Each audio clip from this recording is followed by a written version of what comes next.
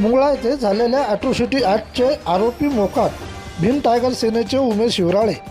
मालेगाव तालुक्यातील मुंगळा येथे जातीवादी हल्ला झाला होता।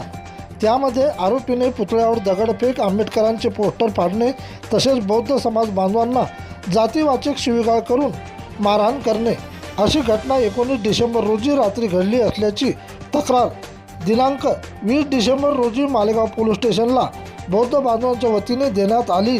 त्यामध्ये गुन्हा दाखल करण्यात आला असून त्या प्रकरणातील आरोपी मात्र आजपर्यंत फरार असून त्यांना अद्यापही अटक झाली नाही, असे आयुक्त भीम टायगर सेनेचे उमेश शिवराळे यांनी माहिती दिली असून आरोपी त्वरित अटक न झाल्यास पोलीस स्टेशनवर मोर्चा आणण्याचा सुद्धा कडक इशारा त्यांनी दिला आहे।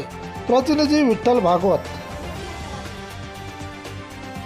उमेश शिवराळे जिल्ह्यामध्ये होणाऱ्या अन्याय अत्याचाराच्या विरोधात नेहमीच गावागावात जाऊन समाजाला न्याय देण्याचं काम करतो आणि त्याच निमित्तानं दिनांक 19 डिसेंबर 2025 रोजी या गावामध्ये काही जातीवादी लोकांनी भगवान बुद्ध आणि बाबासाहेबांच्या पुतळ्यावर हल्ला केला, प्रचंड दगडफेक केली आणि बौद्ध समाजातील लोकांना जातीवाचक शिवीगाळ करून मारहाण केली।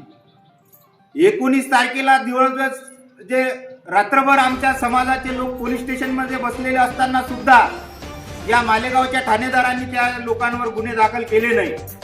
परंतु 20 तारखेला सकाळी ज्यावेळी माझ्या कानावर हा विषय आला, ठाणेदाराला मी मोठ्या प्रमाणात कायद्याची भाषा सांगितली आणि